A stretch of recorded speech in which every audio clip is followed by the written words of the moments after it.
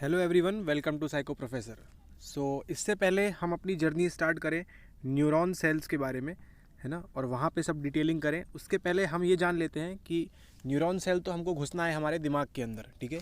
लेकिन सेल होता क्या है, क्या स्ट्रक्चर होता है, क्या बेसिक चीज़ें होती हैं, पहले हम उसको कवर कर लेते हैं ताकि हम जब हम न्यूरॉन सेल पे पहुँचे तो थोड़ी सी हमको क्या हो, आसानी हो, ठीक है। ओके, सबसे पहले सेल की बात करें। सेल को हम कह सकते हैं बिल्डिंग ब्लॉक्स है हमारी बॉडी के, ठीक है, और बेसिक स्ट्रक्चरल यूनिट है किसी भी ऑर्गन का, ठीक है। तो डिस्कवरी कब होती है इसकी डिस्कवरी होती है रॉबर्ट हुक द्वारा 1665 में, ठीक है। 1665 में इसकी डिस्कवरी होती है, ठीक है। उसके बाद सेल की बात करते हैं हम। सेल में देखते हैं क्या होता है। सेल में बेसिक स्ट्रक्चरल यूनिट होती है किसी भी लिविंग ऑर्गेनिजम्स की, ठीक है। Cells in the living organism are basic structural unit. तो सेल सबसे पहले होता है, उसके बाद क्या बनता है, उसके बाद बनता है टिश्यू, एंड देन टिश्यू के बाद बनता है ऑर्गन। ऑलराइट, ठीक है। और ये सेल होते हैं अलग अलग प्रकार के होते हैं, ठीक है। इनके डिज़ाइंस डिफरेंट होते हैं, शेप्स डिफरेंट होते हैं, एंड साइज डिफरेंट होते हैं। ये आप देखेंगे अभी आगे। Cells in the living organisms are complex living structures unlike non living bricks. Alright, तो कुछ इस प्रकार का सेल देखा था कॉर्क सेल को रॉबर्ट हुक ने 1665 के आसपास। ऑलराइट, चलिए, जब देखा गया तो कुछ इस प्रकार से उनको दिखा। जब उन्होंने ओनियन पील को देखा तो ओनियन पील कुछ इस प्रकार की दिखती है आपको माइक्रोस्कोप के अंदर। साथ ही साथ अब एक ईंटों की दीवार है, कुछ इस प्रकार से दिखती है, ठीक है। तो आपको दिख रहा है यहाँ पे एक वॉल टाइप की है ना। उसके बारे में हम बात करते हैं अभी, चलिए। ओके, आप इतना समझ लीजिए, सेल जो है बेसिक स्ट्रक्चरल यूनिट है किसी भी लिविंग बीइंग का। Alright, okay. Number of cells की बात करें तो सेल्स डिफरेंट होते हैं। ह्यूमन बॉडी में कितने हैं, has trillions of cells which very in shapes and size. तो किसी भी सेल का हमारी बॉडी में शेप और साइज अलग अलग हो सकता है, ठीक है। यहाँ पे जो डायग्राम देख रहे हैं आप, ये है एक अमीबा, है ना, और ये क्या है, ये है एक पैरामीशियम। ओके, तो सेल की हम बात करें, अलग अलग प्रकार के होते हैं। Organisms made of more than one cell. ऐसा कोई भी ऑर्गेनिज्म जो किससे बना है, एक सेल से बना है, सॉरी एक सेल से ज़्यादा बना है, उसको क्या कहेंगे हम, उसको कहेंगे मल्टी सेल्युलर ऑर्गेनिजम्स, ठीक है। The number of sales being less in smaller organisms does not in any way affect the functioning of the organisms, ठीक है। तो कितने भी नंबर ऑफ सेल्स होंगे, भले ही वो कम हो, लेकिन किसी की ऑर्गेनिज्म की फंक्शनिंग अलग नहीं करेंगे, ठीक है। Life, you will be surprise to know that an organism with billions of cells begins life as a single cell which is the fertilised egg, ठीक है। जो फर्टिलाइज्ड एग होता है वो कैसा होता है, एक सिंगल सेल होता है। ऑलराइट, और जो सिंगल सेल से बने होंगे उनको क्या कहेंगे हम, यूनिसेल्युलर, ठीक है। तो सेल आप समझ गए क्या होता है, बेसिक स्ट्रक्चरल यूनिट है किसी भी ह्यूमन बीइंग की या लिविंग बीइंग की। उसके बाद क्या होता है उसके अंदर, मल्टी सेल्युलर, जो एक सेल से ज़्यादा बने हों, और यूनिसेल्युलर, ठीक है। तो यहाँ पे जो आप देख रहे हैं एग्जाम्पल यूनिसेल्युलर के हैं, ठीक है। अ सिंगल सेल्ड ऑर्गेनिज्म, है ना, a single celled organism like amoeba. Amoeba क्या है, एक सिंगल सेल्ड ऑर्गेनिज्म है, ठीक है। Captures and digest food, food का काम भी वो खुद करता है। वो जो सिंगल सेल है वो, जैसे हमारी बॉडी में अलग अलग काम करते हैं, वैसे क्या करता है अमीबा के अंदर, डाइजेस्ट फूड का काम भी कौन करता है, वही सिंगल सेल करेगा। रेस्पिरेशन का काम भी कौन करेगा, वही सिंगल सेल करेगा। एक्सक्रीशन का काम भी वही सिंगल सेल करेगा, है ना। ग्रोथ एंड रिप्रोड्यूस का काम भी कौन करेगा, वही सिंगल सेल काम करेगा। Alright, okay. अब हम बात करते हैं, जो हमारा इंपॉर्टेंट स्टार्ट होता है वो यहाँ से स्टार्ट होता है, शेप ऑफ सेल से, ठीक है। तो आपने देखा ह्यूमन में कितने हैं, ट्रिलियंस ऑफ सेल्स हैं। तो सबके शेप क्या सिमिलर है, नहीं, सबके शेप सिमिलर नहीं है, सबके शेप क्या है, अलग अलग है, ठीक है। Amoeba has no definite shape unlike other organisms, ठीक है। It keeps on changing it shape. तो अमीबा जो है अपना शेप बदलता रहता है, ठीक है। तो इनको क्या कहते हैं, इनको कहते हैं observe the projections of varying lengths producing out of its body, these are called pseudopodia. इनको क्या कहते हैं, सूडोपोडिया कहते हैं, किसको, अमीबा को, ठीक है। तो क्या करता है, अपना आकार शेप वगैरह बदलता रहता है। ऑलराइट, ठीक है। अब यहाँ बात करते हैं हम वाइट ब्लड सेल की, ठीक है। ये आपके इस टाइप के सवाल नेट में आते भी हैं और आया भी हुआ है, ठीक है। A white blood cell WBC, जिसे हम क्या कहते हैं, दो टाइप के होते हैं, एक RBC रेड ब्लड सेल्स और WBC means white blood cell. A white blood cell in human blood is another example of a single cell which can change it shape, ठीक है। तो जो WBC है वो क्या कर सकता है, अपना शेप चेंज कर सकता है, ठीक है। ये किसका एग्जाम्पल है, WBC आपके एक सिंगल सेल का एग्जाम्पल है। But while WBC is a cell, amoeba is a full fledged organism capable of independent existence, ठीक है।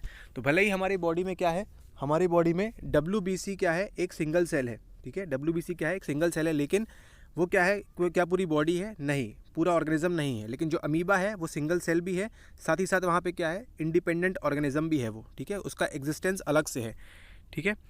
तो what shape would you accept in organisms with millions of cells, ठीक है, such as blood, muscle and nerve cell, ठीक है। यहाँ से आपकी कहानी स्टार्ट होती है। ह्यूमन बींग्स के अंदर कौन कौन से टाइप के होते हैं, blood cell, muscle cell and nerve cell. The different shapes are related to their specific functions. तो जिसका अलग अलग शेप है वो क्या करेंगे, अलग अलग टाइप के फंक्शंस करेंगे। जैसे आपने न्यूरॉन को देखा है किस प्रकार से होता है।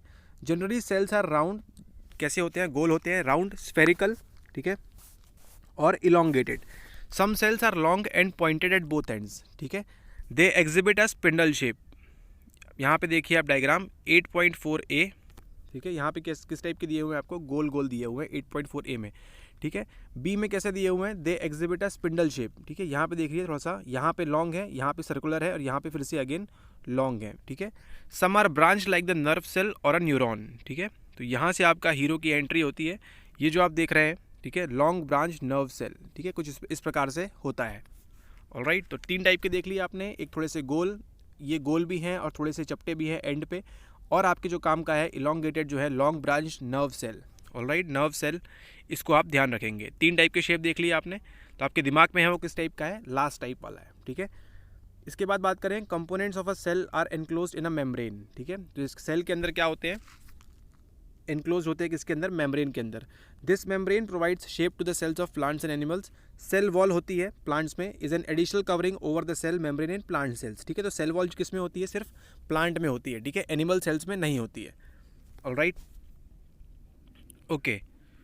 देन उसके बाद आपके काम का जो है वो यहाँ से होता है। Okay, the size of the cells has no relation with the size of the body of the animal और प्लांट, ठीक है। तो जो सेल का साइज़ है वो उसका कोई संबंध नहीं है, कोई रिलेशन नहीं है किसी एनिमल की बॉडी से या प्लांट की बॉडी से, ठीक है।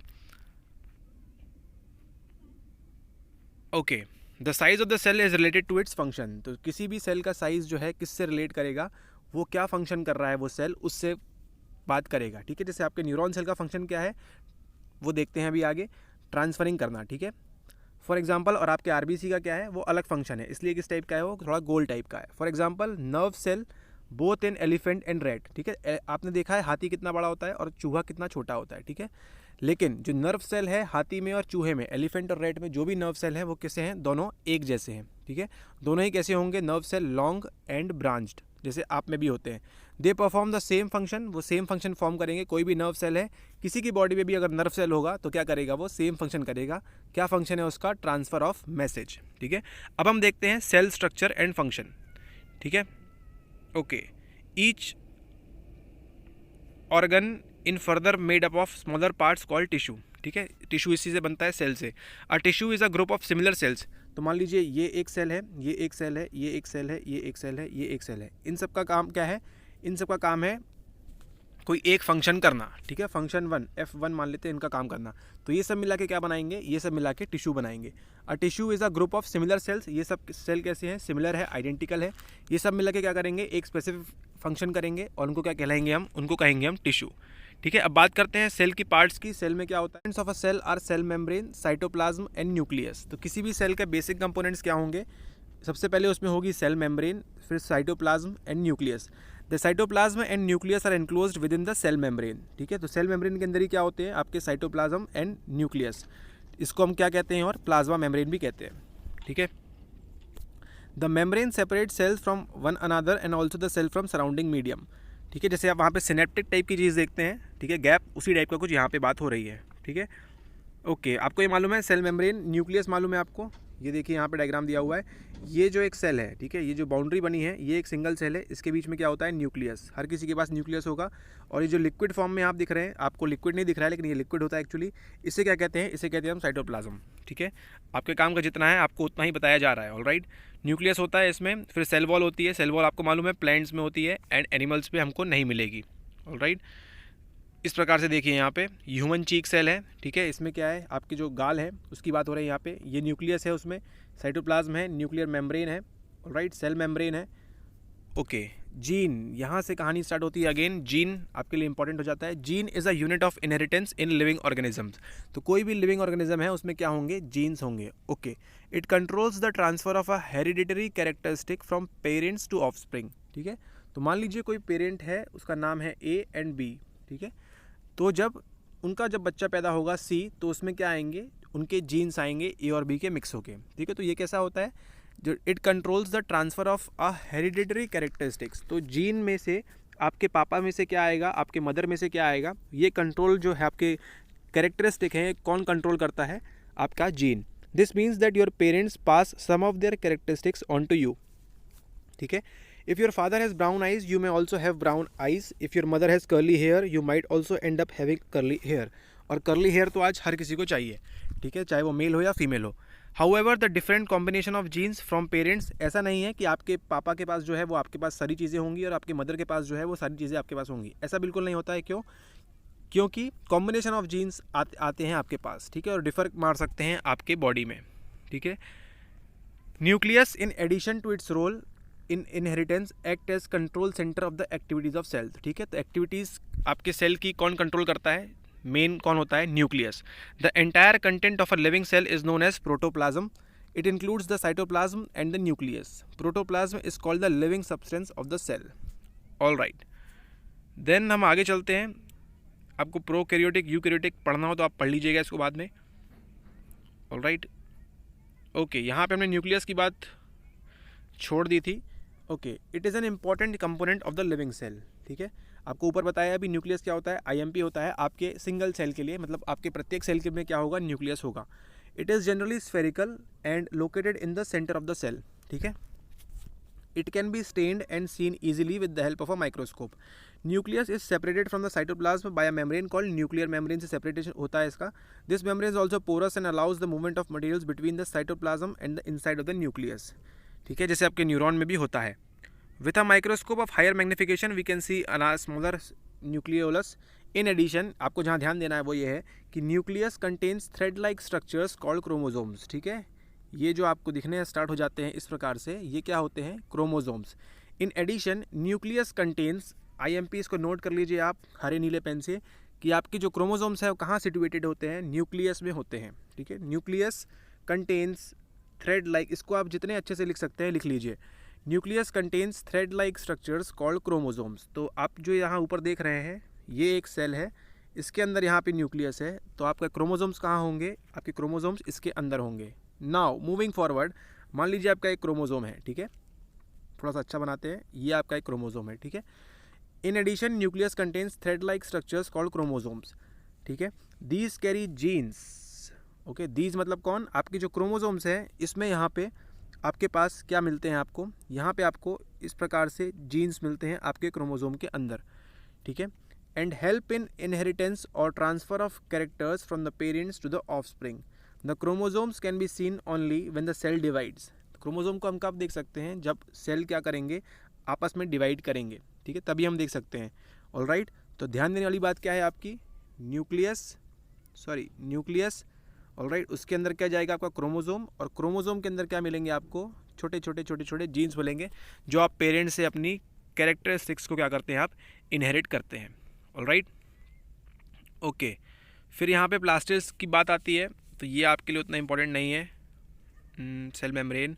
ऑल राइट, यहाँ देखिए आपको सेल वॉल आपको कहाँ मिलेगी, प्लांट में मिलेगी, एनिमल्स में नहीं मिलेगी। All right, okay, so mostly हमने कवर कर लिया है, आपके काम का जितना था उसको कवर कर लिया है। ये लेक्चर आपने अच्छे से देखा होगा तो आगे आने लेक्चर्स में आपको काफ़ी हेल्प होगी, और जब हम दिमाग को खोलेंगे अपने, उनके सेल्स के बारे में बात करेंगे, न्यूरॉन्स वगैरह की बात करेंगे, तो काफ़ी ईजी चीज़ हो जाएगी आपके लिए। All right, thanks for watching, और do like, share and subscribe with your friends. All right, see you soon, take care.